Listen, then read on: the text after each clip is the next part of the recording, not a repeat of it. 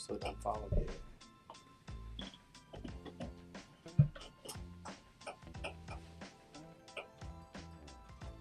I almost got it.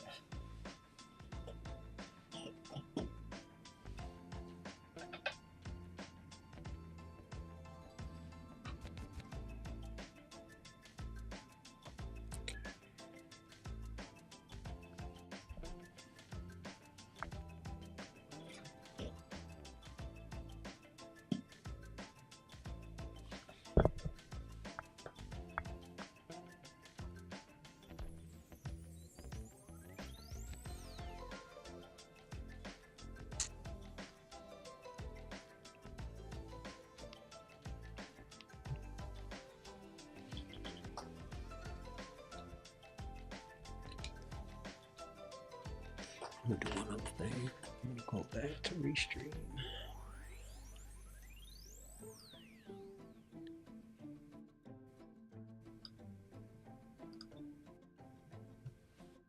So this is says unable to connect.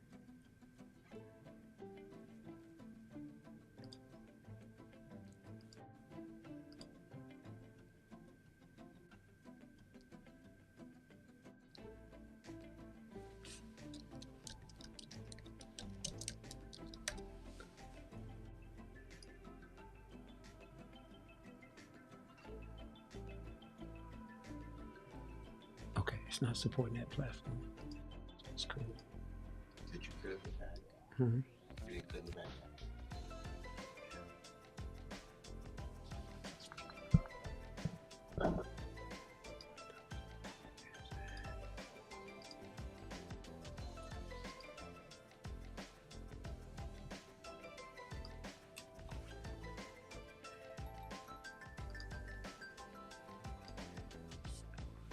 Okay, let's go.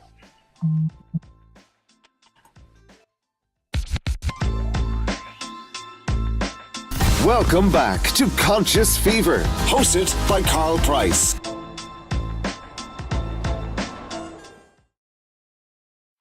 I ain't scared of you motherfuckers.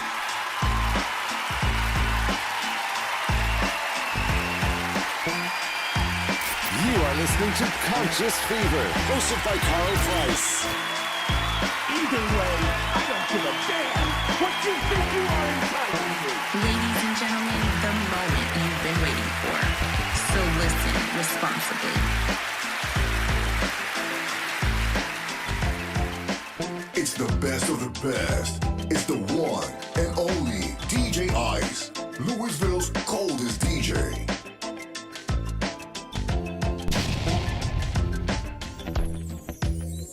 What we've got here is failure to communicate.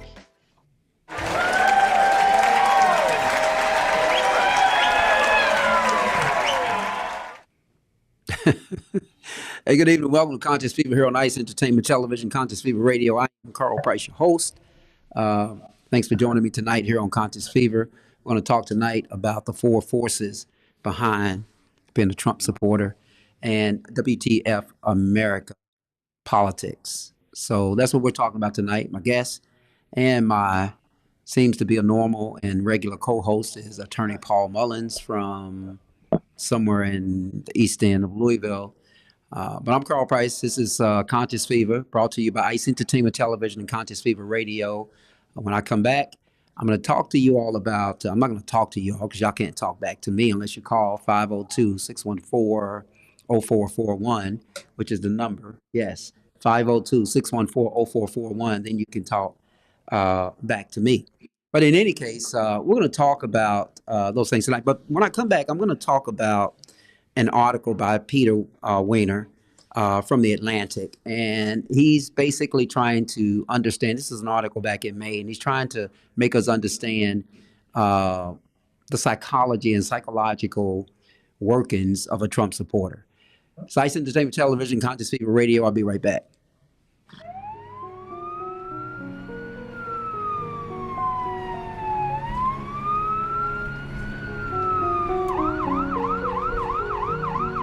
Sounds like we have at least 3 injuries, one bleeding from the head. Our caller also stated that one party is unresponsive with severe injuries. They believe it may be fatal.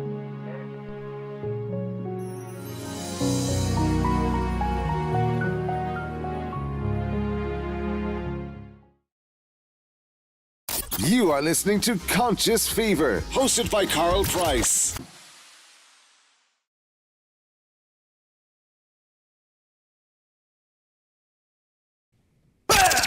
And we are back with more Conscious Fever, hosted by Carl Price, Esquire. Again, welcome back to Conscious Fever here on Ice Entertainment Television and Conscious Fever Radio. I am Carl Price, your host. Again, tonight, Paul Mullins' attorney has joined me. I see a friend of mine that's watching. I hope you don't mind me calling you out. John Cloud III. I think you were a client of mine like 40 years ago, right? Maybe about 25 years ago. Hope you're doing well. I think you moved to California. Hope everything is well. But anyway, we're going to talk about this topic tonight. And I'm going to start off by talking about this Peter Wehner article, Four Forces Behind Trump Supporters. And this is an article that was published on the Atlantic website back in May of 2023. And he starts off like this. He describes during a town hall meeting in May of 2023, Donald Trump acted as expected. He used the phrase whack job to describe E. Jean Carroll, y'all know who she was, right? Who was awarded $5 million in the damages, $5 million in damages because a jury unanimously concluded that Trump had sexually abused and defamed her.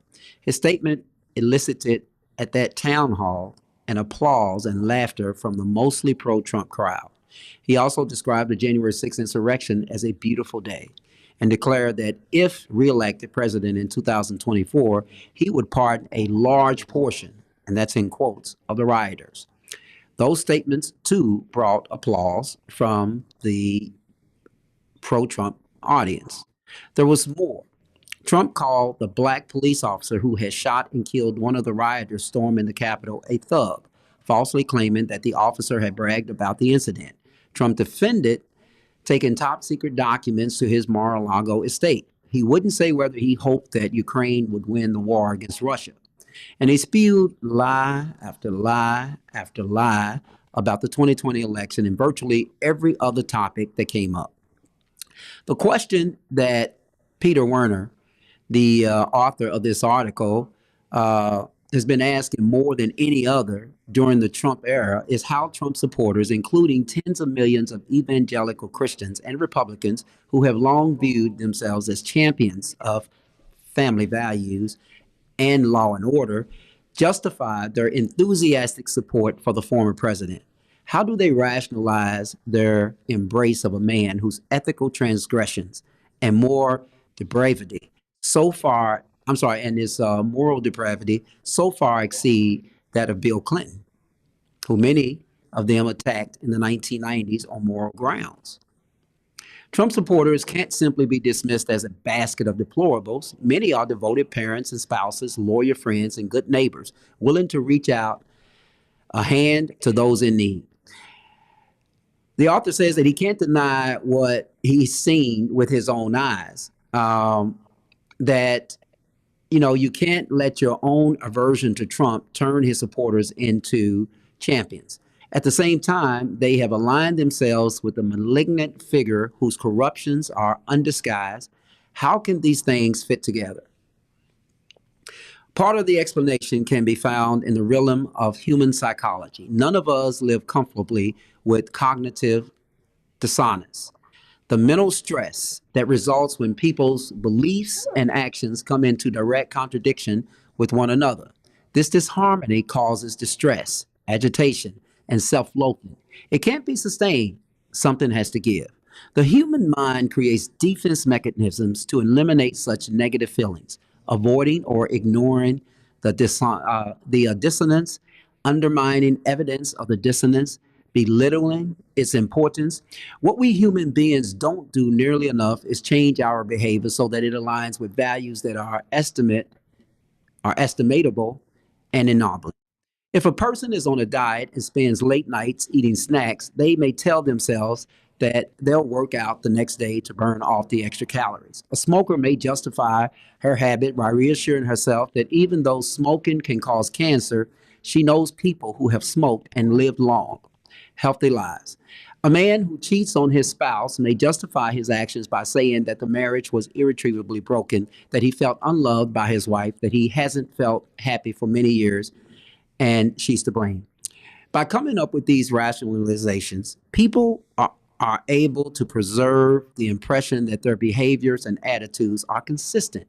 Benjamin Lee, a psychology professor of Haverford College, has written that, which brings the writer back to supporters of Donald Trump. It's a challenge for many of them, especially those who identify as people of faith, to reconcile what they claim to value: integrity, honor, truthfulness, decency, compassion, with the fact that they support a misogynist who has cheated on his wives and sexually abused women, threatened judges, prosecutors, and election officials, used hundreds of millions of dollars in military assistance to pressure a foreign leader to dig up dirt on his political opponent, catalyzed a violent insurrection, and engaged in a multi-part conspiracy to overturn the lawful results of the 2020 presidential election. Dined with white supremacists and anti-Semites, cheated on his taxes, lied pathologically, routinely used cruel and dehumanizing rhetoric, and promoted political violence, even against military generals. So, what are the psychological defense mechanisms Trump supporters employ to relieve feelings of dissonance, shame, and embarrassment? First, Trump supporters deny the worst things he has done. Jury verdicts against him are always unfair. Impeachments are unjust, partisan acts. Investigations of him that have found wrongdoing, all of them are witch hunts. This is true in perpetuity. So whatever Fulton County District Attorney Fonnie Willis and Special Counsel Jack Smith find, whatever indictments they may bring, the charges are by definition unwarranted. Trump is always the victim of persecution. I think I have been violated as badly as anybody that's ever walked, he recently said. Number two, Trump supporters catastrophize the threats of the left. It's one thing to believe, as some of us do, that the progressive movement includes dangerous, illiberal elements that need to be opposed. But that is quite different from believing that if Democrats gain or maintain power, calamity follows and America as we know it dies. What we're talking about isn't just fear, it's a sense of desperation and impending doom. Trump supporters feel that the political right has lost on every front over the past several decades, even though that's clearly not the case. Since 1990, for example, the right has gained significantly more power in the courts, in Congress, and in the media, hardly unimportant institutions. Roe versus Wade was overturned after a century, securing one of the great goals of the American right. And no land has afforded more religious liberty protections to Christians than the United States today. Yet none of these victories offers more or much reassurance to people addicted to doom scrolling, searching social media for upsetting news. Number three, Trump and his supporters are frantically trying to portray President Joe Biden as more corrupt than his predecessor.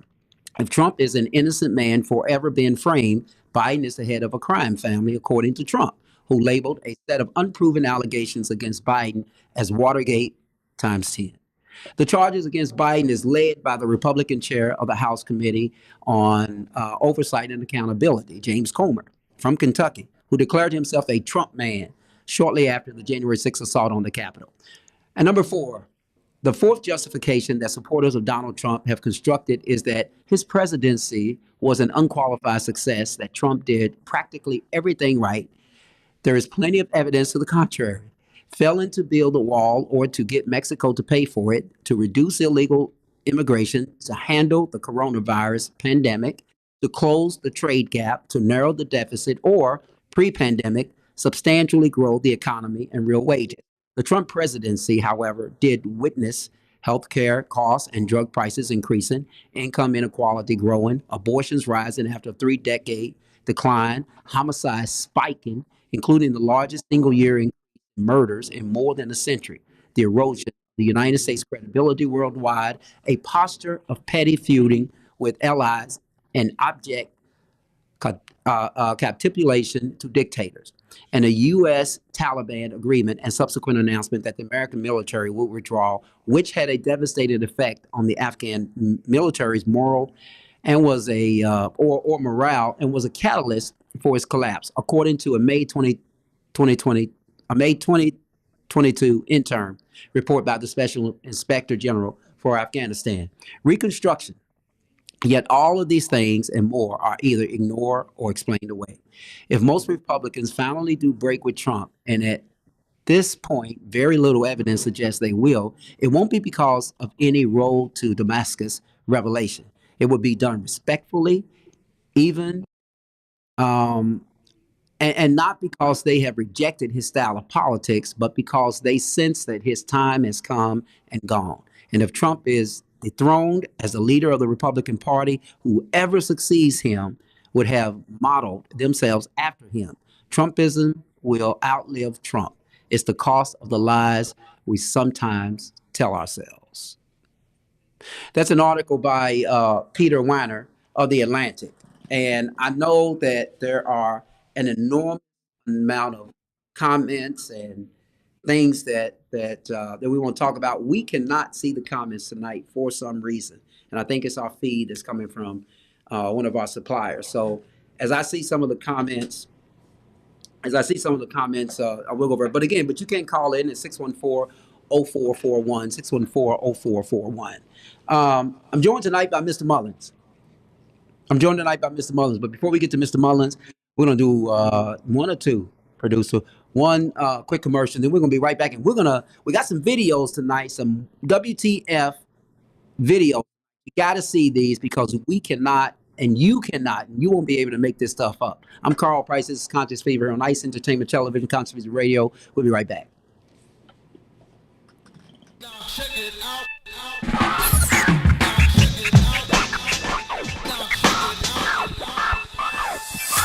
I have wept and I have fallen, don't you worry about me, 'cause I stood up, yes I have grown, the pain has set me free, and like a broken record in my head.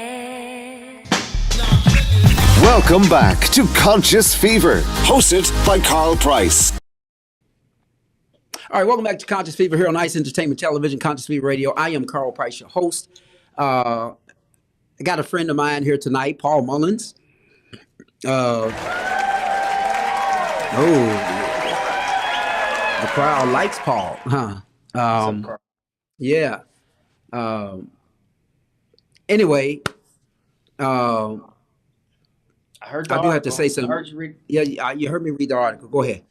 Well, one thing that wasn't mentioned in the article, which I think has been said by a lot of people, but it's crystal clear to me. I've told you about this. We've talked about it ad infinitum, but and I'm not the first to say this, but America is in a state of tribal warfare. So the best, I got a lot of examples, but the best example I can think of is you're a member of a Baptist church, right? So what happens when you're at a Baptist church, Carl, and a preacher acts up? Does the church usually abandon him totally, or do you have factions in the church where some people, no matter what that pastor does, they're going to follow him to the end, right? Right. And so that's what we have. We have Republicans who Trump has struck a chord with. He's done something, and I guess it's the Supreme Court. It could be before that, something that he said about, directly to them that made them jump on board with him and ride to the end no matter what he does. It's like it's just like we like U of L versus UK. U of L's had some losing seasons. They've had some terrible coaches.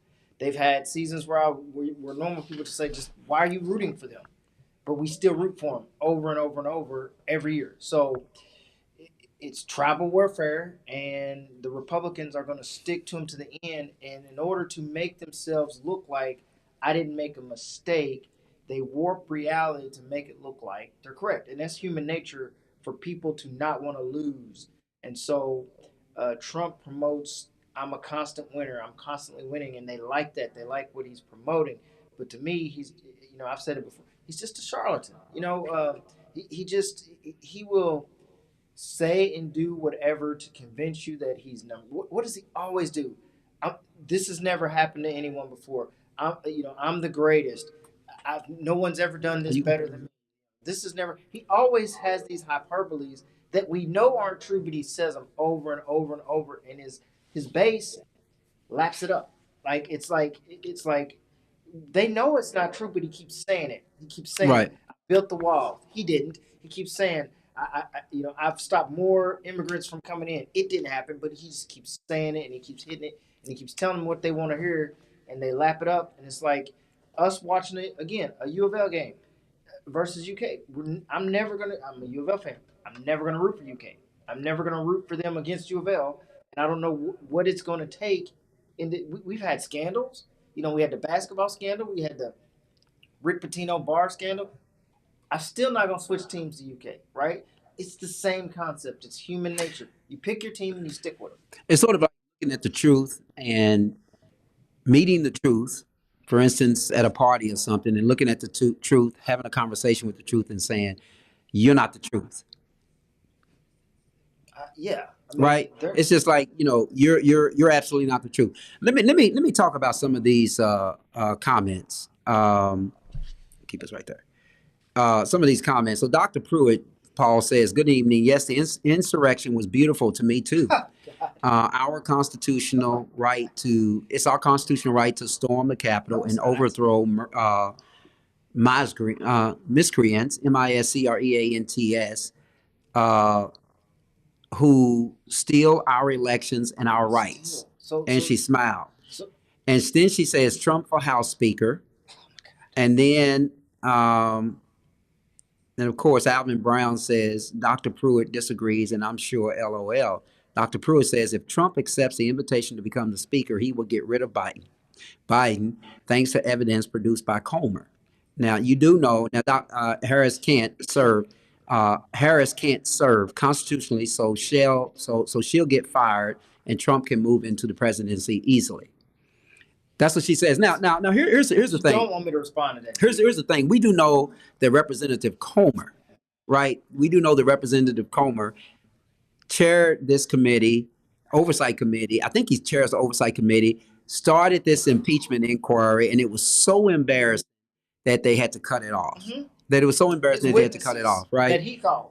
So anyway, Dr. Pruitt and Alvin, because I know y'all want to go at each other, you're welcome to call. Got to call one at a time. 502-614-0441. That's our number here, 512-614-0441. Can you put that up there, Mr. Producer? Can So, I say something? hold on one second, Paul, so you all can see it. 502-614-0441. So I just want to say something, Carl. You've heard me say this before, but honestly, if and I'm not trying to tell people who to vote for. I'm not telling this, but how can you, Dr. Pruitt, find it in your soul to vote and support the same guy that David Duke, the head of the KKK, supports just as fervently? Like, do you find yourself having things in common with David Duke? And I'm not saying that David Duke, you can't be a Republican because, he's a Republican, but that's not the extent of it. He never became political about the Republican Party until Donald Trump took office, and he thinks Donald Trump is the greatest thing ever and is going to save America.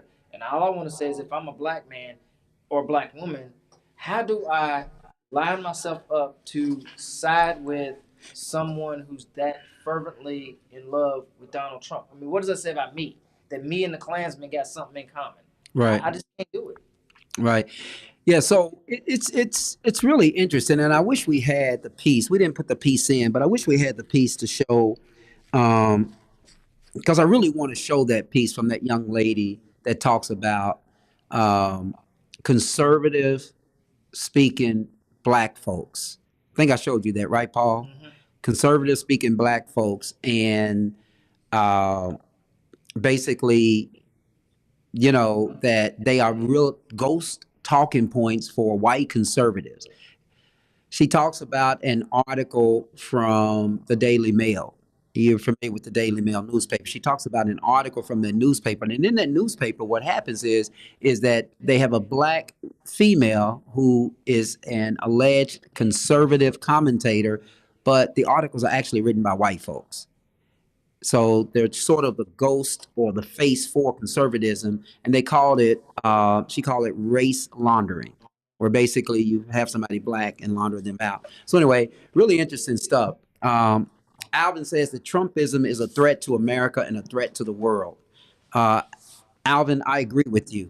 So let's talk about Paul, unless you have another comment on Trumpism in general. I mean, we are talking in a bubble, because the people that we need to get to hear what we have to say aren't going to listen to it. They're not going to listen. We have Dr. Pruitt on her, and she believes what she believes, but I can't tell her how to believe, but I have a lot of questions. Like, again, how can you support a guy who's supported by the KKK and won't denounce the KKK? Like, that blows my mind how, as a black person, you can support something like that. But barring that, y'all used to call me conservative. Remember when I was the conservative? Y'all used to think I was conservative, even though I wasn't. I had conservative views. It's okay to be black and have conservative views, but Trumpism is different. Trumpism is about attacking the other side, demonizing people, okay? And that's what they did to black folks, right? They demonized us to make us less than human, to make us easier to walk over. And that's what Trumpism is about. He calls every opponent he has by some nickname, right? And that's not because he's being funny and cute. And if you're standing on the sideline looking at that and getting entertained by that, all you're doing is you're playing into him demonizing people, making them less than human, and then you don't have to believe or understand or want to know anything about that person, because you've just turned them into something else, like Little Rubio, or what are some of the things he says about people? I mean, right. All that stuff. He talked about Ted Cruz's wife, and that's him striking your reptile brain to get you to understand that the basest human being, the basic fears you have, your base self, he's attacking that. He's actually hitting that part of your brain to make you think, oh yeah, I like him. Because, we all... By the way, Alvin says that he would yield his telephone call to Dr. Pruitt to make her case with Paul. But go ahead, Paul.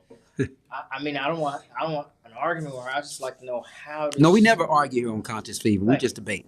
I just want to know how she supports We respectfully somebody. debate. How do you support something like that? But there's a lot of people like that. There's a lot of African Americans that are like that now, that really believe that that they see something in Trump, and they are so anti-Democrat. And so I've always begged the question. I beg the question of all of them. None of them, by the way, if any of you all are listening, none of y'all have answered the question. I beg the question, what is the alternative? In other words, if you decide that the Democrats are so bad you're not going to vote for them, are you seriously going to vote for the Republican Party, who refused to bring to the floor for a vote when the Republicans had control the anti-lynching bill, which only would apply basically to African Americans? Y'all know the history in this country.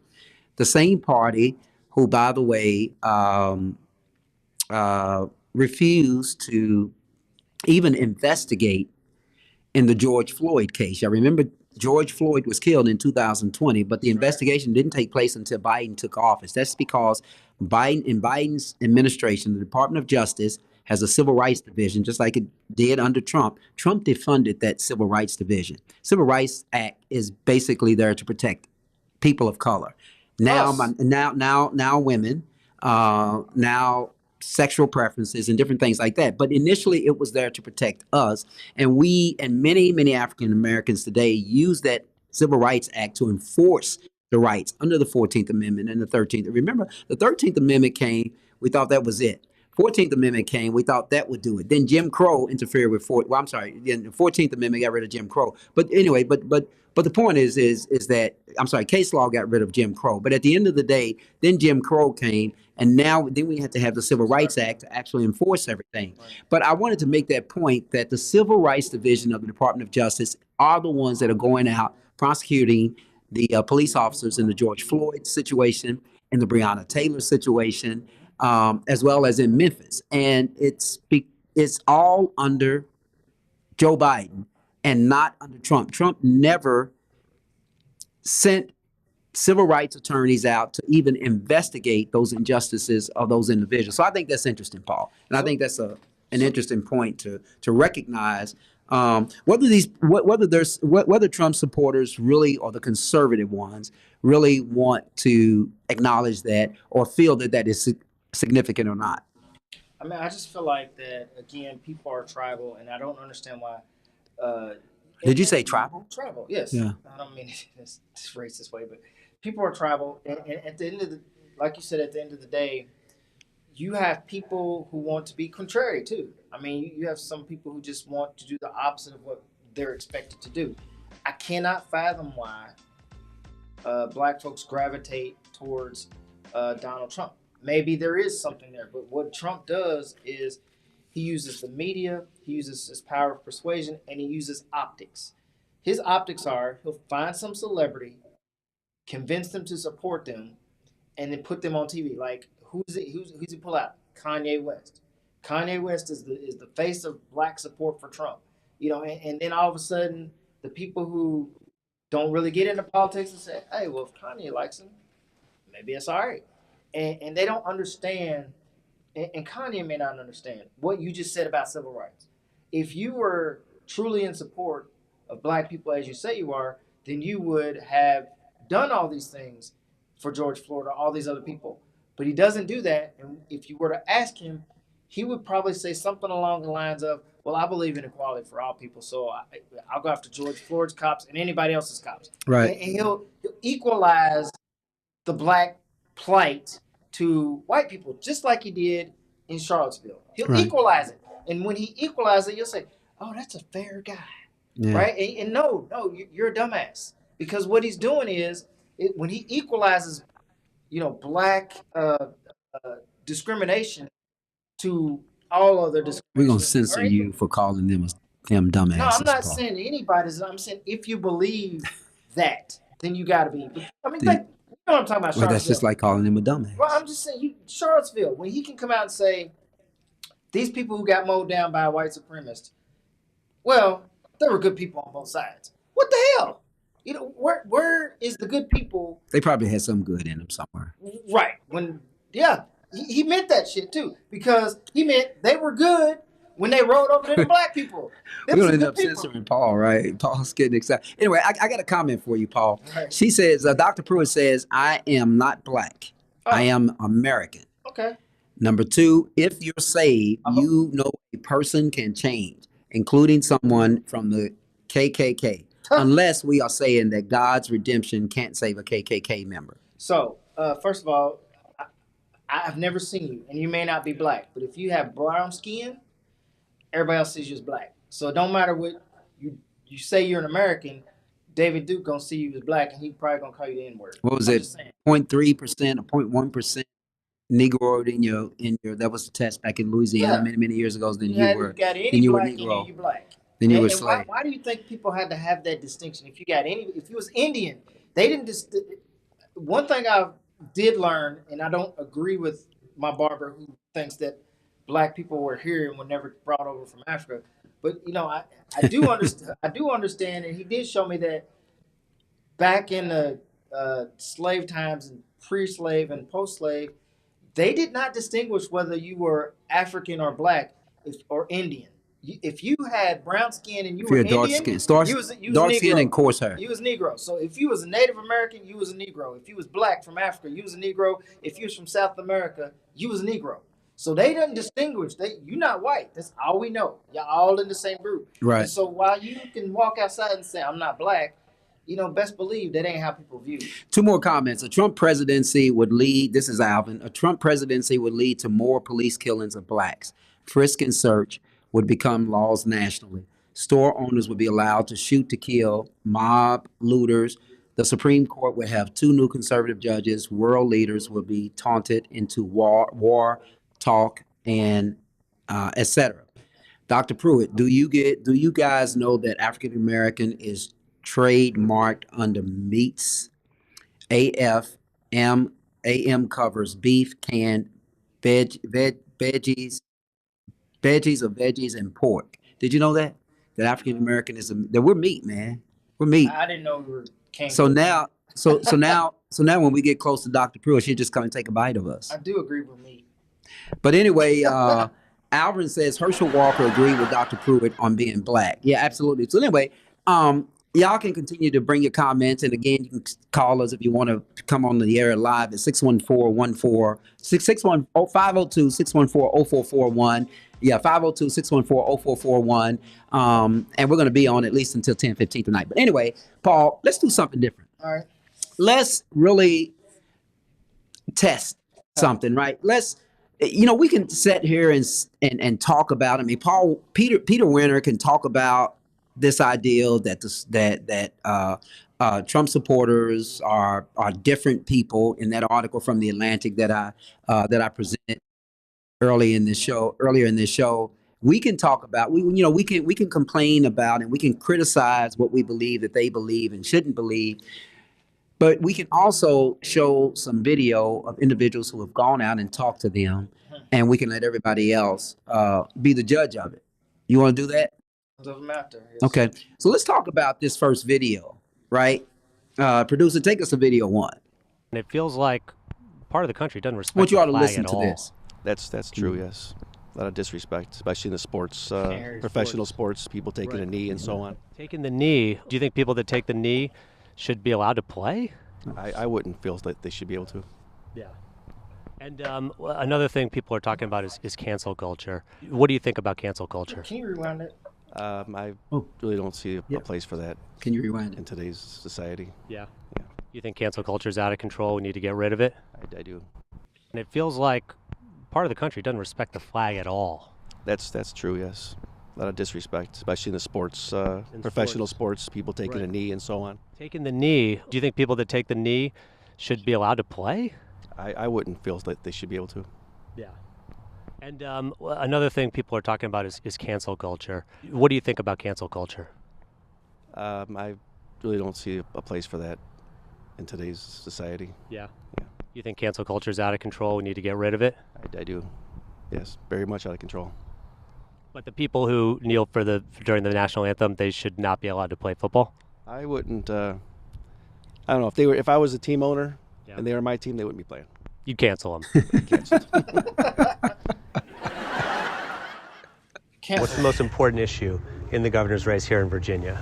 Getting back to the basics of teaching children, not teaching them critical race theory. And what is critical race theory?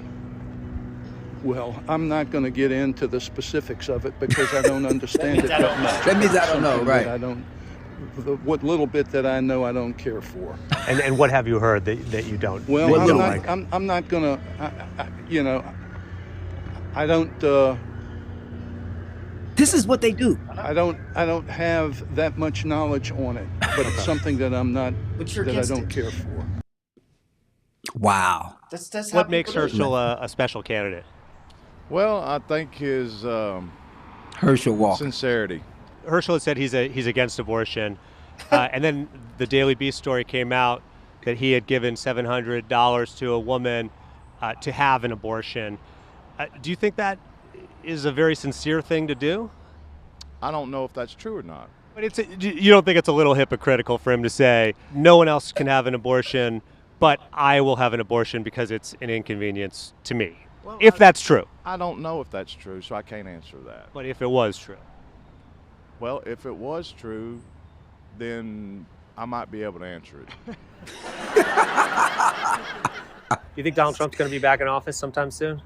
Well, I think he's already been our president. Oh, my God. Oh, really? Oh, yeah. Wait, so you think he's actually president now? I think he's not in the forefront, like on mainstream, like the fake Biden that has his fake, just look at the inaugural. It was fake. The weather that happened that day wasn't even the actual weather. Oh, really? So I don't believe anything. Wait, so you think the inauguration was totally fake? Anything that comes on TV is all. Did you hear that, Paul? Really? Okay, so where do you get your news, if you don't mind me asking? I get my news from alternative, not from mainstream. I don't follow mainstream at all. Do you think Trump will run for president again in 2024? This is a good one. I don't know if he'll run for president in 2024, but he's going to be an important part of moving forward with all this. You know, between him and JFK Jr. and the rest of the team. Sorry, him and who? JFK Jr. JFK Jr. died in a plane crash in No, he 1990. didn't. No, he didn't. He's helping us through all this. Everybody can say you're batshit crazy. Everybody can say you're a conspiracy theorist, but it's good versus evil. That's all I can say. And there you have it. We're talking to all kinds of people. Some of them, are batshit crazy. See, it's funny, but it's not funny, man. It's funny, but it's not funny because It's actually sad, right? it's sad because people like the guy who said when he's confronted with the facts, well, I don't know if that's true. Well, god dang it, go find out. Well, how do you even come to any conclusion without a premise, right? In other words, you don't know what critical race theory is. How can you, right? How can you then make a determination that you don't like it? Because Trump said it was bad, therefore it must be bad. I don't need to do my own research. I don't like to use that word because nobody researches. Everybody, it's only the Republicans who tell you go do the research. What is the research when they always say go do the research? They went out on the internet, went to the sites to tell them what they want to hear. That's what they consider research. Interesting. We've got another set of videos. Let's check these out, Paul. Because I mean, this is really unbelievable. We're seeing double. Like who? I think Hillary's been there. I think I do. I think Hillary's been there. I think. So she's there right now? No, I don't think she's on this earth anymore. You think Hillary Clinton's dead? I think that's. I don't want to get into the water too deep, but I think Hillary's been gone. I think. Because she's done some public appearances. She's tweeting. How come she's shorter than she used to be? You think it's a body double? Yeah. A lot of these people we're seeing, I think, is body doubles. I think they've already been taken care of. I think a lot of them was arrested at old man Bush's funeral. Remember they all got those papers and stuff on them? I think that was telling them right there, your days are done. Okay. That's my opinion. Right. Is he drunk? Is there any evidence to back it up? No, and they ain't going to show it. But when the evidence comes out, it'll all come out. You believe that Donald Trump is chosen by God to help the country through this? I'm not the only one. 80 million Americans believe that. No, We're not fighting 80, election fraud. about 70. Those people need to be arrested, sentenced, and or executed. And do you consider yourself pro-life? I do. So we are here at the March for Life with a Trump supporter who believes that the death penalty is proper, but also is pro-life. Yes. That's hard for you to believe? Yeah. Can Do you think that there should be rules about what is taught in school? Oh, absolutely. Like, what wouldn't you like to see Because taught in school? there's critical race theory. Yeah, that critical race theory, as soon as I heard about that, I'm like, why are we doing this? What is critical race theory? I don't know. Right. Right. They don't know. They hate it because they're told to hate it. Sheep. Wasn't done. Sheep. Let's go back to it. Let's go back. We're gonna finish up with that last video. Go back to Trump 2 video. March for Life with. So sad, man. All right, here we go. Which do you think are more dangerous, drag shows or guns to children? Drag shows. Guns? How many people do you think have been killed at a drag show? I don't know, but the long-term effects are detrimental. How many people do you think die every year from guns? I have no idea. 48,000. 48,000? Okay. Well, there's probably 100,000 that die from drag shows. Oh my God. Okay. That's tribal warfare, man. It don't matter how nonsensical the statement is. You just know my side's right and your side's wrong. So we're looking at these people and we're laughing at them, but they don't see anything wrong with what they're saying. That's the problem. How do you get to somebody who says, I'm only going to root for U of L and I'm never going to root for UK? You can't. I said this a couple shows back. I'm giving up trying to convince them. You can't change their minds. Hey, Dr. Pruitt says that abortion is murder. I don't know how anyone can support it, Republican or liberal. Republican or Democrat. I agree with you, Dr. Pruitt. I mean, I think it's murder, but also the killing of young black men in Chicago are murders. And nobody's passing Supreme Court precedent to stop that. Well, whether you believe in Just saying. whether you believe abortion is murder or not, we reached a compromise. And I know you would say, well, I would never compromise with murder, but as much as you believe, Dr. Pruitt, that it's murder, you have to at least acknowledge that other people think differently. And you can say they're wrong all day, but they're going to just turn around and say you're wrong all day. And the thing that America has that was supposed to stand for is that you can have ideas that don't match up, and we're not going to go to war over it. We're just going to take a vote, and the vote wins. Now, the Republicans got the Supreme Court justice put in office to get done what they wanted to do. I'm not all up in arms where I'm going to go and start a civil war or shoot somebody because the Supreme Court took over and changed Roe v. Wade. I don't agree with the opinion, but that's the way our politics worked.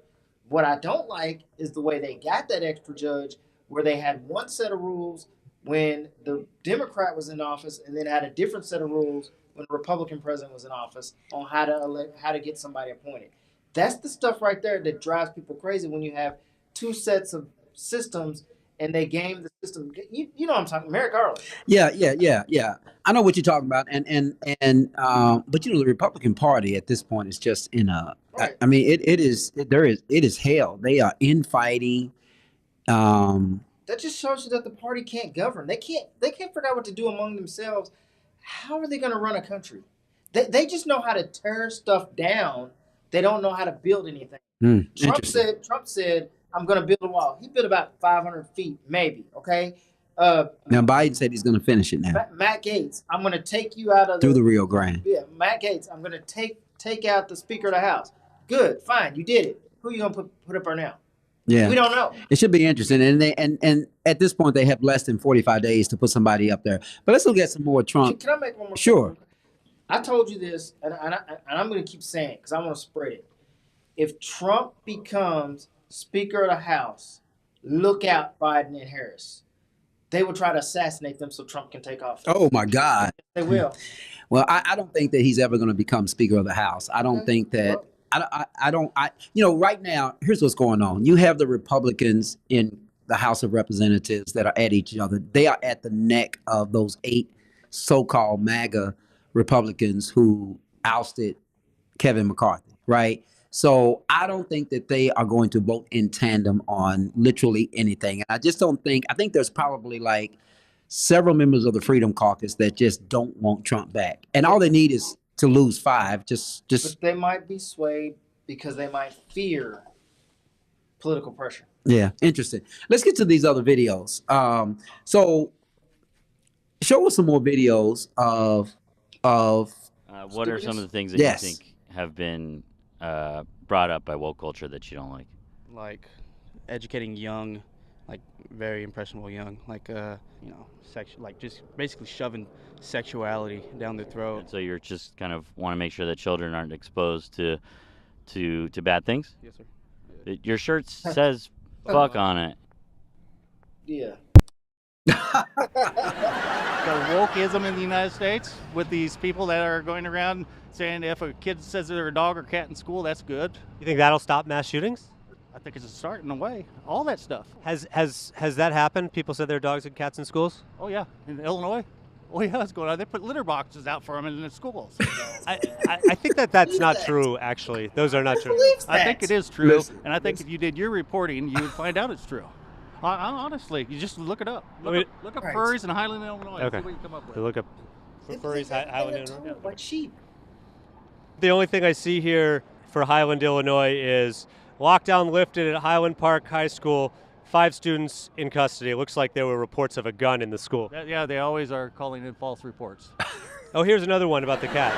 The school district has been hit with rumors saying that students who identify as cats are allowed to use litter boxes in the restroom. This is what you were talking about. The superintendent said it got so bad she had to send letters to students and parents on Monday. The rumor that our schools have litter boxes in the restrooms to accommodate individuals who are self-identifying as animals, this is simply and emphatically not true. According to them, but I'm telling you, I hear from other people that go to the schools and stuff. Who says that? I hear from other people. Trump. You think that Trump is actually still in power right now? What do you think? So you think Biden is not the current president right no, now? Sir. No. No, sir. Never believed it. So Trump is the current president right now? Yes, sir. So are you mad at Trump for the high gas prices? No. It's not Trump's fault. Whose fault is it then? It's Joe. He's got to set all this. But Joe up. Biden, where's Joe Biden? He said he's not president. He's not the president. Okay. What I'm trying to say is, So how could the gas prices be his fault if he's not president? what you don't understand what they're trying to do. They have Okay. to wake up the dingleberries that are still asleep. Okay. Dingleberry. Mainstream media is not really providing anything. I mean, Tucker has been good about what he's released recently. You know. What about Joe Biden? Is Joe Biden? No, I believe when all is said and done, we'll find out that Joe Biden is actually his twin brother, Beau. Joe Biden is his twin brother, Beau. Yeah, I think Joe's been executed, and what we think of as Joe Biden is actually Beau. Wow. And people are waking up. Well, what would you say to someone who said that none of that makes any sense? I would say, on the surface, I agree with you. Surface. But I mean, these people vote, and you're not going to change their mind, and they can do as many mental gymnastics as they want to make things. Do you think sound- these people will come out, Paul, if Donald Trump is not the Republican nominee? Not the fanatics. So, just okay, we're calling them fanatics. What is the key word in fanatics? Fans, right? Right. So they're never going to change their mind. Mm. The guy who thinks that Joe Biden is not president and But he's Donald Trump- responsible for the high gas prices, Right, but he's not responsible- president. But he's not president, and Donald Trump is president, and the guy who thinks Biden has a twin who's running around as him, and the guy who thinks Hillary shrunk, or it's not her because she's shorter, you're not going to change these people's minds because you're not dealing with a full deck. Just for the sake of time, let's check out some more videos because you cannot make this stuff up, people, and there's this is just the tip of the iceberg of the people that he talked to because I guess it could be 70 million of them, right? Someone could say that this is all staged and a prop, but we meet people who talk like this. Yes. Say this crazy stuff. I know at least 4 of them. I met some guy on the elevator the other day, and I started making a Facebook post about it. But he was a black guy, and he was just like, I don't know who to vote for. He says, and he's telling me he's listening to the stuff about Biden, and he's believing it. And I'm just like, man, I can't help him, man. And it's like I wanted to help him, but it's just like I can't help you on an elevator ride. Yeah, propaganda. Here's some more videos. Let's take a look at these. He won. We have had the evidence. All of the documentation shows he won. Well, what's the evidence? There's a lot. Like what?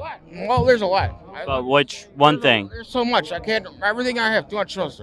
There's a lot of evidence. All the documentation shows you guys that election was stolen. But what one thing? There was a lot of election stolen. Okay, bottom line. But you say one piece of evidence. Like I said, if you have any other questions, you can ask them. I got no more. Okay? So you can take that mic and go turn where they start. Okay.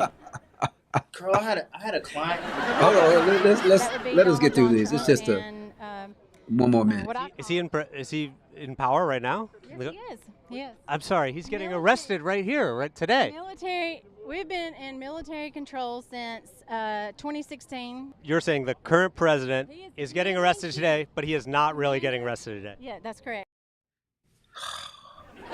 What do you think about climate change? I just think it's all fake for their money and to keep, like the virus, that lock us down and everything else, take things from us. It's a pretty hot day today, right? Yeah, it's hot. But it's the all-time record for this date in Milwaukee. Is it? I didn't know that. Are you feeling okay? Yeah, I'm feeling better. I'm just here to support Trump, but Did you catch a little bit of heat stroke earlier? yeah, I sure did. But I'll be all right. What do you think about global warming? I just don't believe it. I think it's all fake. One more. The shirt says blacks for Trump. Yes. Blacks for Trump. Are you black? No, I'm not black. Okay. All right, come on, Paul. What were you saying? Well, I forgot what I was gonna say, but these people vote, man, and then again, I hate to reiterate this point. You're never gonna change your mind, but one thing I wanted to say is about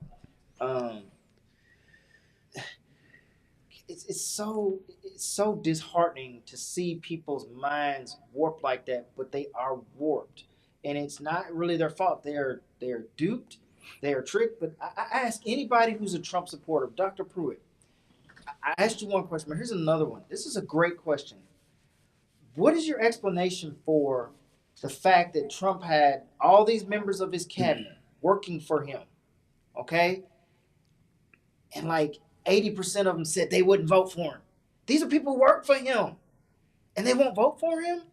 They won't support him? I mean, if that's not a red flag as to what is really going on here, there's no way you're going to come out of your bubble. And if you don't want to, that's fine. If you're like, whoever the Republican is, I'm voting for him, that's fine. But you've got to see that Trump is who he is. And I know people love him, and I know people think he's Jesus, and I know there's some people, when people start putting him on the flag, like Republicans never did that before. They didn't put George Bush on the flag, Bush 1 or 2. They didn't put Ronald Reagan on the flag, man. And now they're putting Donald Trump on the flag. These are not American or Republican ideals. And you got to ask yourself, am I following a political party or am I in a cult? Oh, wow. Because that's what it is. Oh, wow. You're following this David Koresh. Trump is David Koresh. I can shoot somebody in Manhattan in the middle of the day, Fifth Avenue, and I won't get into, and nothing will happen to me. My supporters will still love me. He practically told you, I'm a man, I'm a God, and I got you, and you just lapped it up. So if you shot somebody in Fifth Avenue, Dr. Pruitt, I would ask you, would you vote for me? Your answer is probably going to be, well, they'd have to prove it to me. Right. Because that's what they always say. Even though it might be there on camera, caught on tape, etc.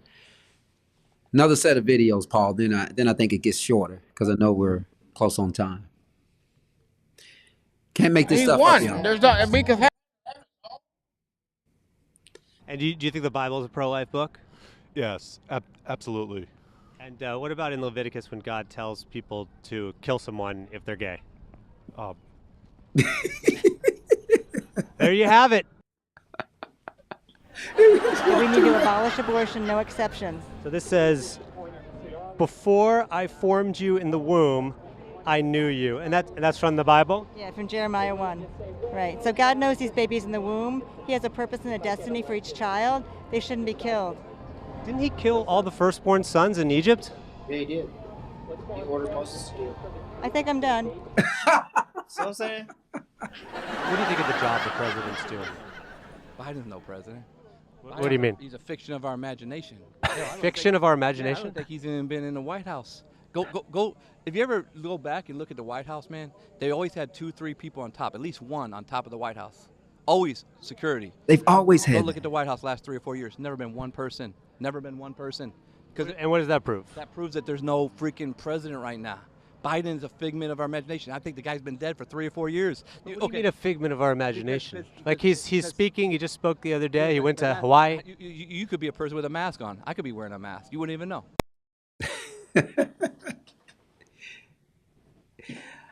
Was that it? That's scary, man. Yeah, it is. I mean, it's really scary. Trump being in office and putting 100 of these people in positions of power. Right, and he would have had the Republican Party between 16 and 20 not used him as a puppet. He would have put people like that in office. I mean, he did. He put how many people in office that got convicted of crimes that are now convicted felons? If he's reelected, he won't put puppets. He will put puppets in office. He won't kowtow to the Republican Party. Well, I think if he gets elected, he will put people that are like-minded like him because like those people, because now he has experience putting people there that other people requested that he put there, and they've all now wrote bad books about him, right? So interesting stuff. Interesting. You really, really cannot make this stuff up. Any final comments, Paul? I equate Donald Trump, and I'm not being hyperbolic here. I equate him to the rise of Hitler, and I know. Oh wow! No. Look. I know that sounds hyperbolic, but the parallels are undeniable. Hitler was elected, people. He was elected, and he did exactly. And Trump says one of his favorite books is Mein Kampf. I mean, this is not a guy who's trying to be secretive about his intentions. I think we should do away with the media. Remember when he said that? Certain media outlets just should be done away with. He doesn't believe in free speech. He's not going to be a person who believes in democracy. If he found a way that he could just take the presidency, which he tried, he would. So he's not pro-democratic. He loves dictators. We've seen that. Putin, Kim Jong-un, and he loves dictators. We know this. And so we got a guy who can be elected in office. Did you say did you say dictators? I thought you said dick. Did you say dictators? Now this is now who's got to be censored? Yes, I said dictators. Oh, okay. I mean, I don't have my earplugs in, so I got to make sure that I'm on the other side of the studio. Well, he loves dictators, and he wants to be a dictator. He wants to be in supreme control. So I suspect, if he gets elected, let's suppose he gets elected, I suspect the first thing he'll do is he'll She said it's called the art of war, Paul. Yes. Dr. Pruitt said it's called the art of war. What he will try to do is do away with terms. That'll be his next step. He's going to try to do, and so another parallel, I've said this on your show before, Julius Caesar did away with democracy in Rome. And everybody praises Julius Caesar as he's some great leader, as he's somebody else. We think of Julius Caesar as a hero for Rome. Julius Caesar he ended democracy. He took power and he said, I'm disbanding the Senate. Now it's an autocrat. And I'm the supreme leader. And you know what they did? They assassinated him. See, people don't really understand Julius Caesar for what he was. He was the first Roman autocrat. Maybe not the first, but he was the first after democracy, a Roman autocrat. They killed him, and some other dictator, I think Augustus, took over. And then Rome, for the next 500 years, had dictators. And we always think of Rome as, well, Rome's always been a dictatorship because it started with Julius Caesar. No, Rome was a democracy for hundreds of years before Julius Caesar. And he came in and took it all away. Dr. Pruitt says, I love Putin, Kim Jong-un, too. Okay. So so-called dictators get the job done. Okay. And they also take away the jobs for people, too. They take away They take them away. See, you can only love a dictator if the dictator loves you back. Because if you're on the opposite end of what the dictator wants you to be, right, then you you're get gonna hate him. executed. Right. Well, you're not going to hate him. You're not going to be here. Right. You get executed. Anyway, Paul, I think we're at the end of our rope here. I do appreciate you coming. I know when we get to the end of the show, you like to keep going because it excites you. I know Dr. Pruitt excites you. Dr. Pruitt excites you. So very, very interesting stuff. Go ahead, just cut me out. But anyway, we would we're gonna be right back and we're gonna end this show. I don't want them, no, get them all off me. Say that for L, she'll cause you see. 4 cars deep, we'll come through on the lane. Chicken spot, wings and fries, we call that a day night. Lights on, so out, I don't have no stage fright. Knew that I was built for this forever, ever, ever. You are listening to Conscious Fever, hosted by Carl Price. We ride bands, 10 times 10, all my friends, it's for real. In the end. Okay. All right, Paul, last words. Don't vote for Trump, man. You know what? So don't vote for him. I'm just saying. I don't think there's any chance in hell that Trump wins the presidency again. I don't ever like to. I actually think he's going to jail. Well, Federal penitentiary. Well, okay. So that's not a wish. I just believe that based upon everything I've seen, everything I've read, the evidence that I've seen thus far, even though the trial hasn't occurred, I think he's going to be in the federal penitentiary. So, Carl, first of all, you got to have a trial. And to say that he can't get elected, he tried to steal it last time. I'm damn sure he'll try to steal it this time. I think everybody's watching, just like they were in 2020. Everybody was paying attention to all the detail. He was not able to steal it. I absolutely believe that the election was stolen in 2016. I mean, at the end of the day, you and I have talked about this, Paul, Donald Trump has never won an election by the numbers. He won the Electoral College vote in 2016. Well, no, I understand that, but let's just talk about the numbers, the actual people who came out and decided who they wanted to be president. In 2016, it wasn't Trump. It was our Electoral College system. Because of that system, he won. In 2020, by the numbers, he lost to Biden, and he lost the electoral college vote. So you and I have talked about this, and I'll say it to you again. The Kansas City Chiefs have been to the Super Bowl, 3 years in a row, or 2 years? 2 years they've been Super Bowl champions since that time. And here's the point that I'm making, is that just like Biden said, why is all of this rhetoric out there that I should be concerned with Trump? He said, I've already beat him.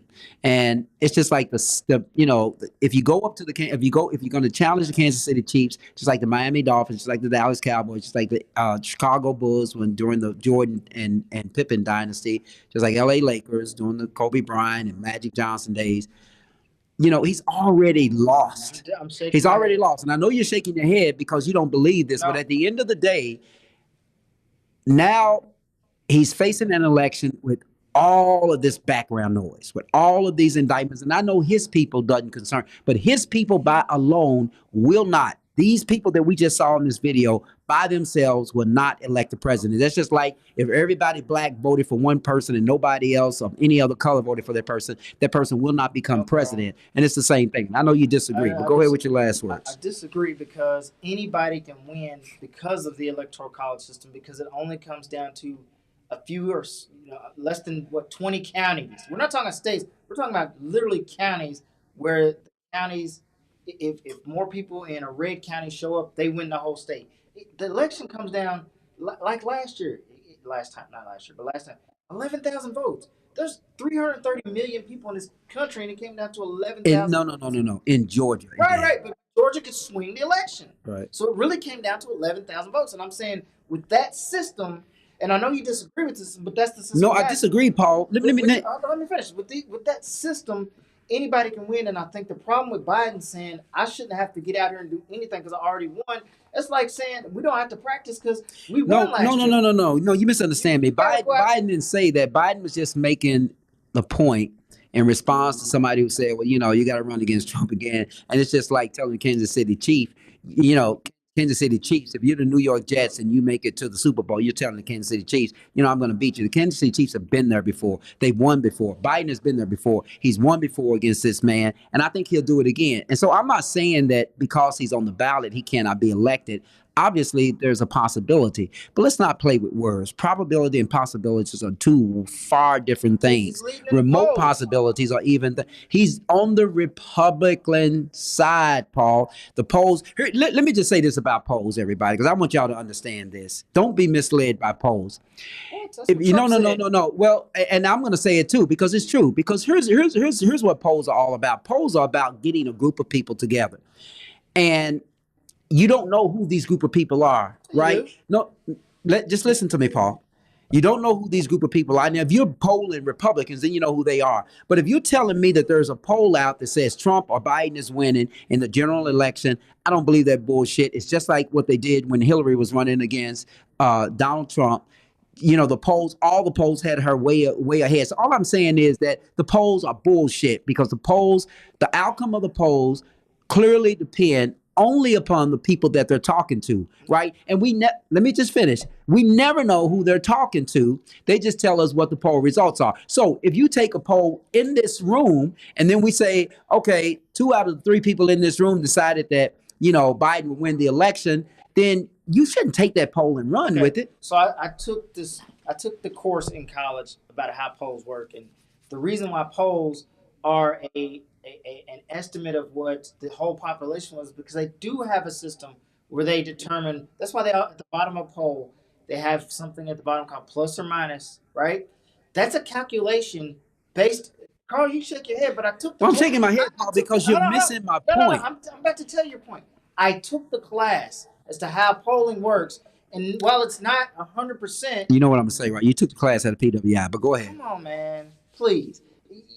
Polling serves a purpose. It doesn't predict absolutely that a person will win, but it does predict how people are thinking at the time. And the reason why people are thinking 10% higher, he doesn't have enough to say he won. He's not getting 50%, but let's say it's 40 to 39 or 45 to 39. He has a lead based on that poll currently right now on people who say they would likely vote. And they have a plus or minus Carl, I don't believe it's not. It's not. the poll said Hillary should have won the 2016 But it election. also had a plus or minus range. And it did not have a plus or minus range with what he won. No, it did not. It did. No, Paul. They had her as a landslide. They did a landslide. They had her as a landslide. A landslide in politics is like 3 or 4%. You understand that? No. And another thing about the poll is when they take a poll of the entire nation, that doesn't factor in the electoral college. Paul, all I'm saying is because this. if you take a poll of the whole nation, Right. then you're just saying overall the nation feels this way. But that's not how we do it. We vote by state. As our vice president says, let me be clear. No, keep us on the same screen. Let me be clear. All I'm saying is the polls, the value of a poll is only the value of the people they asked. So Right. I understand. No, let me just They finish. ask random people. That's what they tell you. Okay, well, then you sound like one of them. No. Just listen to me, Paul. Just listen to me. All I'm saying is this, is that you can say that it's random people, but what if it's random people in a Republican district?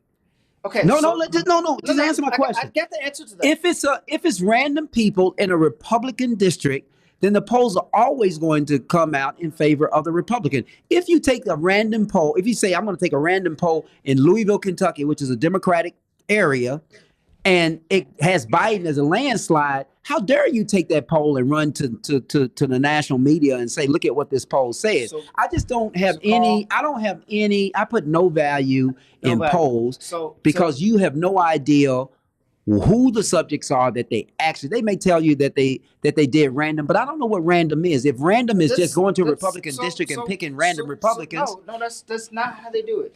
No, you don't know how they do it, Paul. You only know what they told you at that class at the University of Kentucky. No, they tell you the poll, when they do a poll, they'll say something like a Rasmussen poll, right? That's my call. When they have a poll, it'll say like a Rasmussen poll, and that poll has how they got all their participants. It'll say how many people it was. It'll say how they got those. And other pollsters, they check that to see, is this an outlying poll? Is this a respectable poll? Is this a bad poll? Are they bad? And they tell you that. And I'm just saying. Okay, before we run out of time, I got your point. Before we run out of time, there's a caller. Caller, can you identify yourself? This is Dr. Kia Pruitt. Hello. Hello, caller. gentlemen. Oh, it looks like it might be Dr. Pruitt. It is Dr. Pruitt. She said Kia It Pruitt. is. How you doing, Kia? Oh, she's in your, I can't hear her, but she's in your what you Fantastic. call. Fantastic. Put your earplug in, Carl. Okay, hold on, Dr. Pruitt. We want to, because we want to hear from you. There we go. So how are you doing? I'm fantastic. Glad to hear it. I still can't hear her. You can't hear me? Go ahead though. Do your talking. Yes. I just want to know which one of you gentlemen will be taking me to dinner when Donald Trump wins. What? Hold on. What did she say? She said, which one of us is going to take her to dinner when Donald Trump wins? Oh, I'll definitely take you to dinner if Donald Trump wins because I don't believe he's going to win. Well, I'll take you whether he loses or not. But Dr. Pruitt, can you just answer the question for me? Yes. You know David Okay. Duke supports Donald Trump, right? I never followed David Duke. You said this is the KKK, gentlemen? Oh, yeah. All you got to do is Google it. He said Okay. wonderful things about Donald Trump and says Donald Trump is I the still can't hear. savior of America. Yeah, I think Donald Trump is saving America. He has done some wonderful things for America. He's helped with the economy. You look at all of his executive orders. They look. I hear feedback. Yeah, Carl, you hit that. But, okay, so, Dr. Pruitt, I guess my question is, do you find it strange that you and the leader of the KKK have something in common? Not at all, because we're both American. Well, We're both American. he wouldn't think you were American, honestly. He does not think black people are Americans. I'm not black. Okay, that's fine, but he doesn't. Okay. Well, I think it doesn't matter what he thinks. What matters is what each individual thinks. What color are you, Dr. Pruitt? Well, she doesn't have a color. She's American. I'm American. Yeah, I mean, if you were to look at my complexion, it would be copper colored. And according to the 1828 Webster's You're Indian. definition of American, it's the copper colored races found here by Christopher Columbus, but now applied to European. So if I were a color, even according to the people who allegedly came here, as colonists, so-called colonists, the Europeans, they would say I'm copper colored. They would say I am the Aboriginal person from America. Okay. So David Dukes doesn't support you. He thinks you're a foreigner to his land. Okay, I'm not going to speak for David Duke. Let me just say this. I'm going to move on. Okay. Okay. So my other question to Trump supporters is there anything Donald Trump could do to make you not vote for him? Is there anything he could do to make me not vote for him? Yes. I'm sure there's something he could do to make me not vote for him. What if he were to incite a riot at the Capitol? I would love that, because the Capitol, that's supposed to be the people's house. That's supposed to be, the government works for us. Right. So if the government is rogue and they have stolen elections, or they're working against us, or they're taking away our freedoms, then the people have a constitutional right to storm that place and take those treasonous people out of office because they work for us. I support that. So you think the mob should just get together and go and do what they want to make a wrong into a right? I think that the people should stand up on their feet instead of getting on their knees, groveling and whining like weak, jelly-back, mealy-mouthed men, and form an army or militia that the Constitution says you have a right to do, and go take your country back. So instead of whining and complaining about what Trump is or is not doing, I need our men to get on their feet, organize, and get this country together, or else close their lips. So if you have a group of people in Congress who can't even decide on who should be Speaker of the House, do you think they should be lynched and mobbed because they can't get it together and get things done?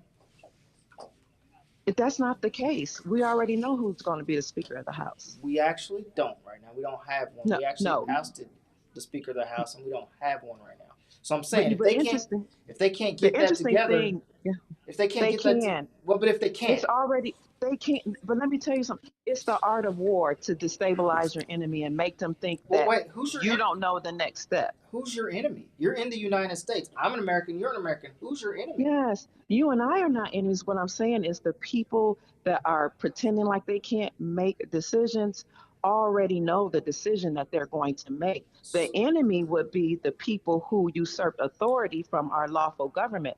They're just confusing them. I'm not confused. I knew that Pelosi was going to be taken out. I said this last year. So Pelosi, an elected person to the United States Congress from the state of California, who wanted her to be their representative, she is the enemy of the state because she doesn't believe what you believe.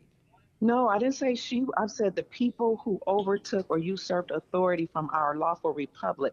They are the enemies. Do you think Nancy Pelosi usurped and took authority from the lawful republic?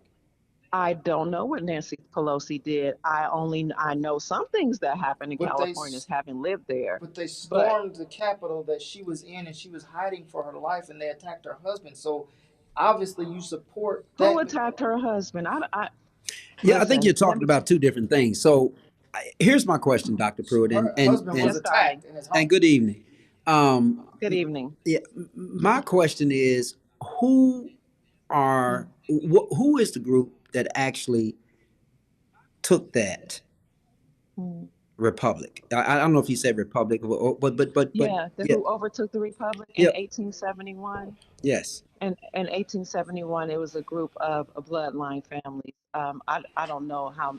We've heard of certain families that overtook we've heard of the Rockefellers, the Rothschilds, Carnegies, some certain family members that usurped authority from the Republic, and then in 1871, the United States incorporated and formed their own faux government or fake government and their own constitution, which is the Constitution of the United States Incorporated. which is the antithesis of our Constitution, the Constitution for the Republic.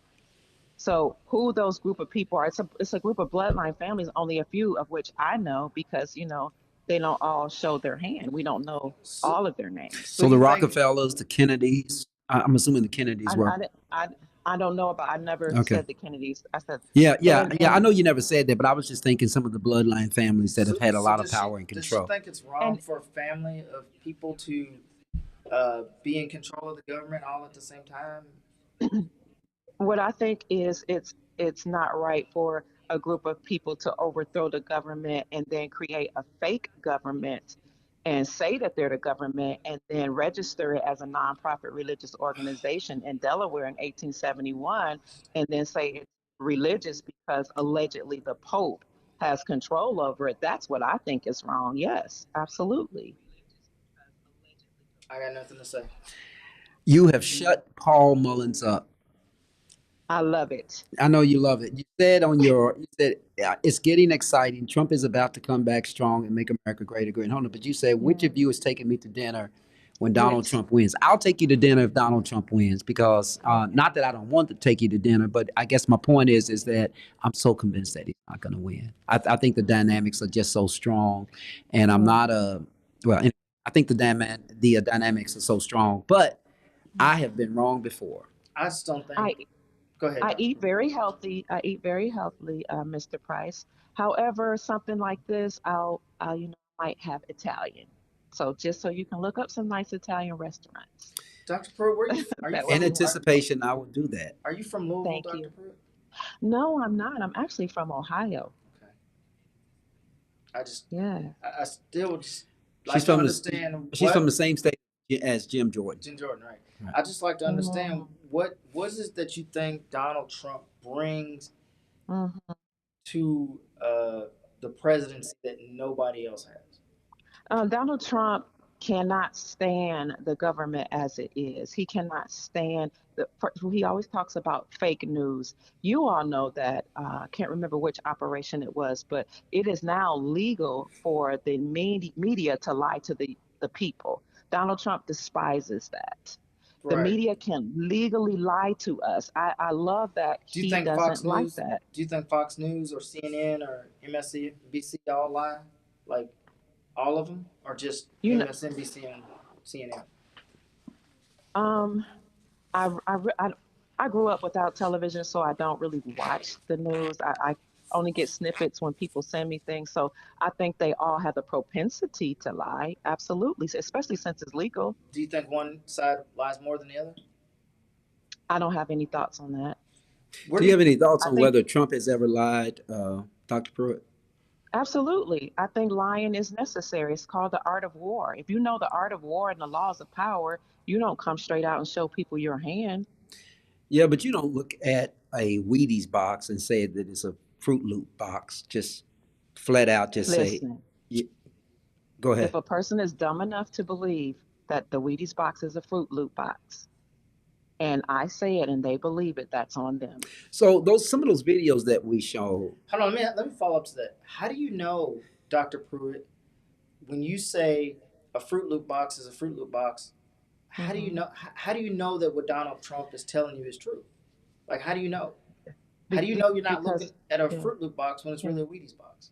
That's a great question. I really appreciate that question because I honestly had the insight as to what was going on before Donald Trump came out and showed his hand. So, we're all Christians. When God speaks to you and shows you visions and prophecies and gives you proof of it, and I didn't say Donald Trump was a Christian. Okay. She said we all are. Okay. And you do your due diligence to prove that what God shows you is right. It doesn't matter what other people can see and cannot see. So I already knew what Donald Trump was here to do. I already knew what his executive orders would do. I already knew that he was fighting against what some people now label as the deep state, which is just the enemies that usurp authority from our republic. There's no deep state. Does it bother you that Donald Trump is not a Christian?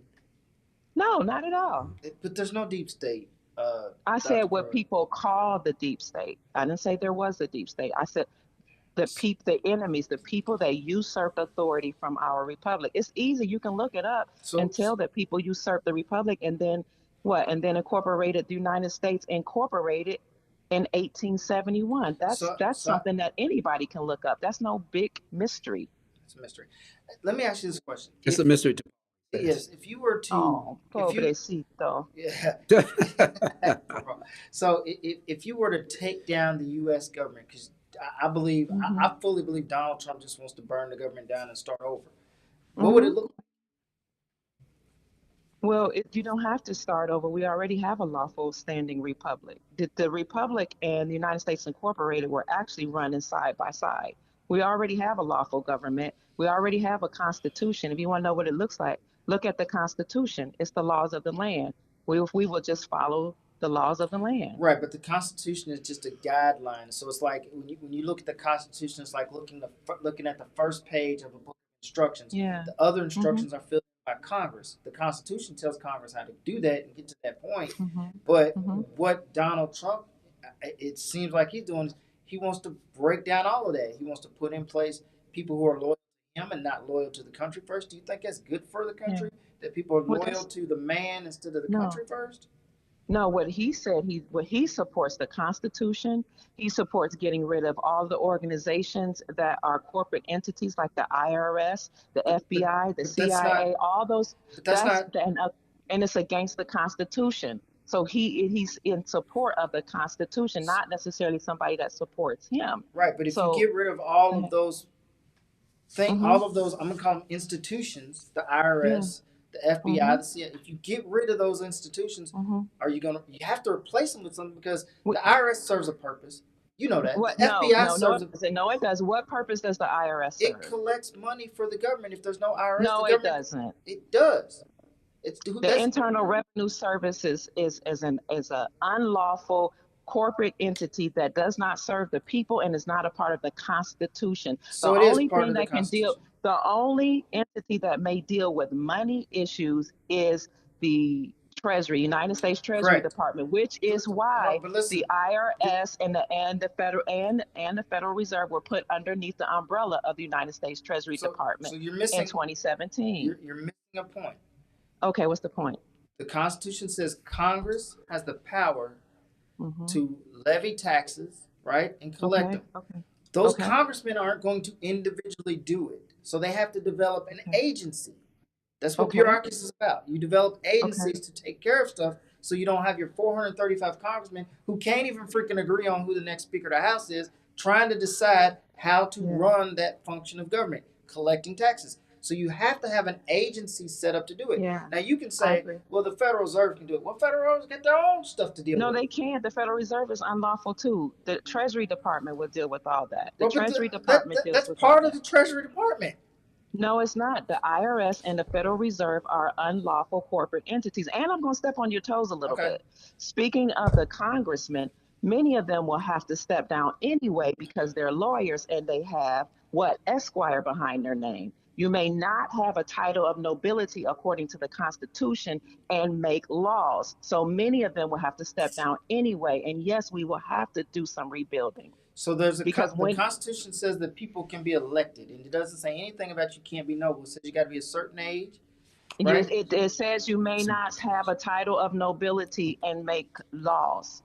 I don't a title know of Esquire is a title of nobility, which means you work for the Queen, which is why you pass the bar, the British Accredited Registry. You work for the Queen and not we the people. So yes, Congress, many of them will have to take a step down. And when the Republic is restored, anybody that wants to operate in law will have to be retrained in constitutional law. So I'm glad that that's your belief. So, it's the truth. Okay, so where did you get this truth? Because I went to law school and I learned something different. But I'm glad. I'm not pulling the law school. I'm not pulling the law school card. I'm just asking, where did you get this information about how you believe government works? Well, I just studied the Constitution. Well, did you just pull the Constitution out and read it? Because I studied I have constitutional lawyers that I know, that I And have they actually. and they told you this. They told you No, what? I Okay. told myself it. I So told my. I taught my the lawyers would not tell you that, Dr. Pruitt. Like I had a whole class that took. lawyers, and I just said you passed the bar, the British Accredited Registry, so they're going to teach you Is that information. what bar stands I'm for? yeah, British. Yes, my darling. Okay. British Accredited Registry, which means that you work for the Queen. That which means you work for the bar, not for we the people. See, the sad part of this is that unfortunately they don't teach our lawyers this. I guess they don't. I'm glad. It, if you're telling me the truth that you didn't know, No, I'm telling you the truth. That's not true. That we Okay. work for the Queen. I do not work for the Queen. I'm sorry that someone told you that. Did you pass the bar? Did you pass the bar? I do, and I do not work for the Queen. I took an oath. What does bar stand for? I don't care. I'm just telling you right now. Wait, I'm asking you a question. What does BAR stand for? I'm telling you that it is not. What does BAR stand for? Hello. I'm trying to answer your question. It's not It's not an abbreviated word. Okay. I don't think it's an acronym. What I'm trying to tell you is that we took an oath, and we didn't take an oath to a queen when we passed the bar. We took an oath to uphold. Okay. Did you take an oath? I'm listening. Yeah, we took I'm an oath. listening. We did not swear fealty to a queen. Okay. I appreciate you saying that. We swore an oath to the Constitution of the United States and Kentucky. Okay, the and Constitution. We promised not to have duels. You remember that part? Yeah, we can't attempt at a duel either. Yeah. Okay, so did you say you pledged to the Constitution of the United States? We took an oath to the Constitution of the state of Kentucky and the United States. To uphold. To uphold the Constitution of the United States? Yes. Okay. I use that language specifically of instead of for. But I'm saying there's no queen involved. What I'm saying is there's a difference between of and for. Of is for the corporation. For the Constitution, for the Republic of the United States is the lawful government, is what I'm saying. Hey, Dr. Pruitt. Yes, my dear. It has been wonderful to hear you, but the hour is waning down. My back is killing me. My head is killing me. Well, my head really doesn't killing me. I don't have headaches, but I do want to get in bed. And the producer is telling me that we're way over our time. He keeps doing this. I don't know what this is, but I think that means to wrap up. I know you can't see, but he's doing all of this, wrapping up, so it means we need to wrap up. But anyway, I appreciate you calling. You need to call in more often. We always enjoy your conversation and your dialogue, Dr. Pruitt. No, you guys are the experts, so I appreciate the dialogue as well. And Italian, Thank you so much. and Italian dinner. Okay. Dr. Pruitt, I would just ask you to pay attention to the Trump trials and ask yourself, would you get away with this? Would you, if your son did this, or not your son, but if your ex-husband or ex-boyfriend did this, how much support would you have? I mean, did what exactly? Okay, Trump's accused of a lot of things. He's got 91 indictments, and then we can say they're all fake. We can say they're all fake. 91 charges, 4 indictments. Yes, well, right. So 91 charges, and I can tell you right now, 91 charges is a lot. And trying to escape and evade, let's say you evade and escape and get acquitted of 80 charges. You still got 11 left on your plate. So I'm just saying, that's a lot. And I don't think people are on a witch hunt for this guy. I mean, he did some things that he really can't deny. The stuff in New York. Has it been proven? Yes. Has it been proven? Yes. It's been proven. No, the stuff in New York, the real estate, he didn't even defend it. Am I right, Carl? Did he defend his real estate charges? I think he filed a bogus response to the motion for summary judgment, so he really didn't provide any substantial evidence to the judge that he didn't inflate the prices on his real estate. He doesn't defend it, but then he comes out on camera and he talks to people like you and he says, I'm innocent. And yet he's getting his butt kicked in that courtroom. And it's like you having a charge of a DUI. And you hiring me to take you in court for a DUI. And you go in court and you say, I ain't even defending this. They find you guilty, and then you come right outside the courtroom and say, I didn't do this. I don't know what they're talking about. This is a witch hunt. That's literally what happened. And so he's been found guilty? Is that what you're saying? It was a civil trial, okay? But in the civil rape trial, he was found guilty I'm using the word guilty, liable for that too. Yeah, I mean, liable is the better word, not guilty. I've never been That's found what I was liable. wondering. I've never been found So- liable of raping anybody. Is You there know a what I'm difference saying? between liability and guilt? Yes, just a Okay. small difference. Just a small The difference. standard, but I'm saying at the end of the day, I ain't But never been there's a found. difference. Well, the difference is that when you're I'm just liable, asking. when you're You owe liable, money. you're responsible. You're responsible Okay. for the consequences of the act that you've been held liable for, and that could be money damages, that could be fines, that could be some other type of sanctions.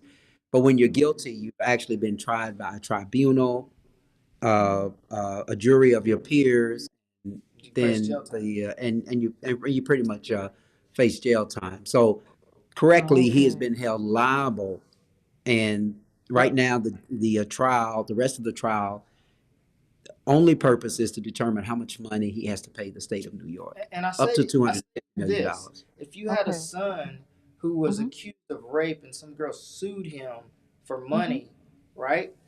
And he was found liable, you know, that would still be a bad mark on your son. That some Well, woman.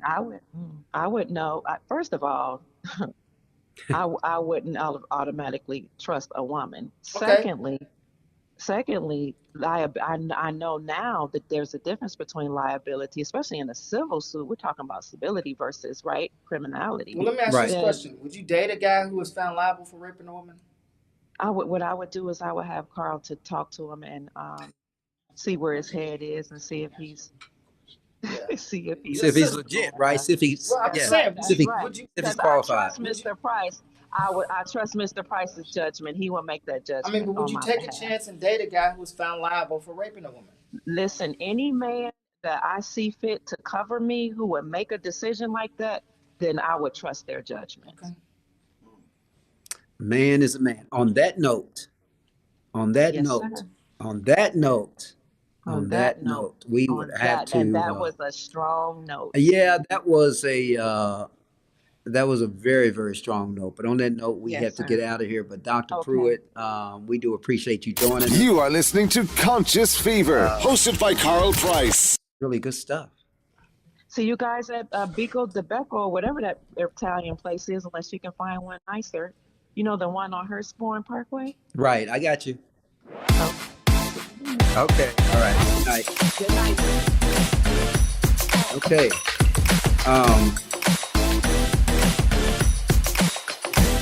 That's your friend? Okay. Is this taking me out? You are listening to Conscious This has been Fever, Conscious hosted Fever by on Ice Carl Entertainment Price. Television, Conscious Fever Radio. I am Carl Price, your host. Never a dull moment here on Conscious Fever. And Dr. Pruitt, we thank you for joining us. As always, you have been entertaining. As always, it says Dr. Price wasn't ending tonight. That's a joke, Lamontre. But got Paul all eyes watery and hair messed up. So anyway, whatever it was, Dr. Pruitt. Anyway, I'm Carl Price. This is Conscious Fever on Ice Entertainment Television, Conscious Fever Radio. We went way over. This is going to be a big foul to foul away, and that's what we're going to do. I will be back next week. Have a good weekend. I lay me down to sleep. I pray the Lord that I wake again. I wake again. I pray the Lord that I. Now I lay me down to sleep. I pray the Lord that I wake again. I wake again. I pray the Lord that I wake.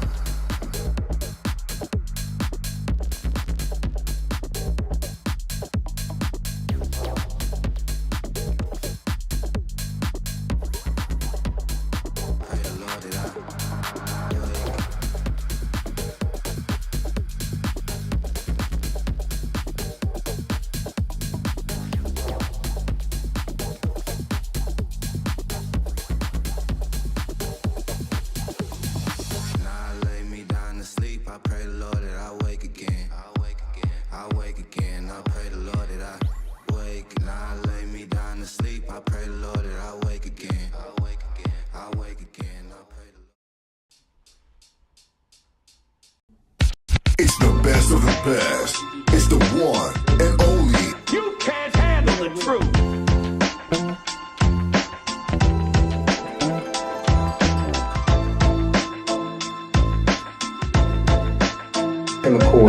Flair again. You are listening to Conscious Fever, hosted by Carl Price.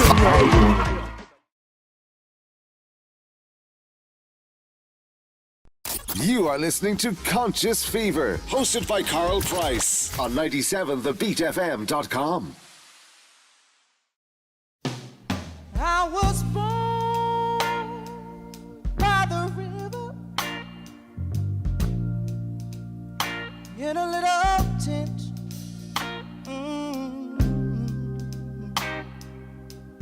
Like the river I've been running ever since. It's been a long time coming, but I know change gonna come. Oh yes it will.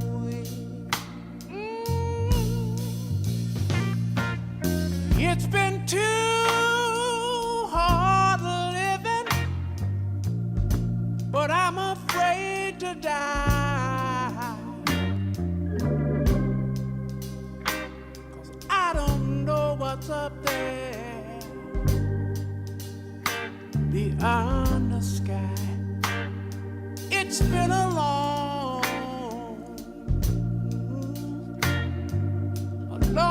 time coming, but I know a change gonna come. Oh yes it is.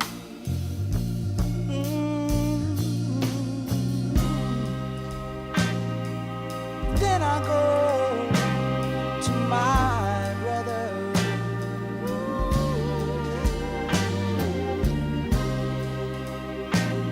And I say, brother, help me please.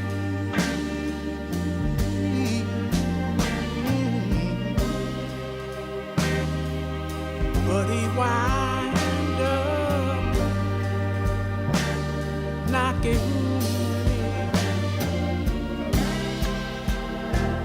back down on the knee. There've been times that I thought I couldn't last for long, but now I think I'm able, Father, to carry on. And it's been a long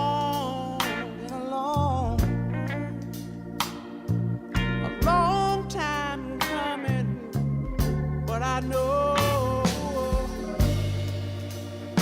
change gonna come. Oh, yes it is. Yes it is. Yes it is. Said I know that a change is gonna come one day. I know a change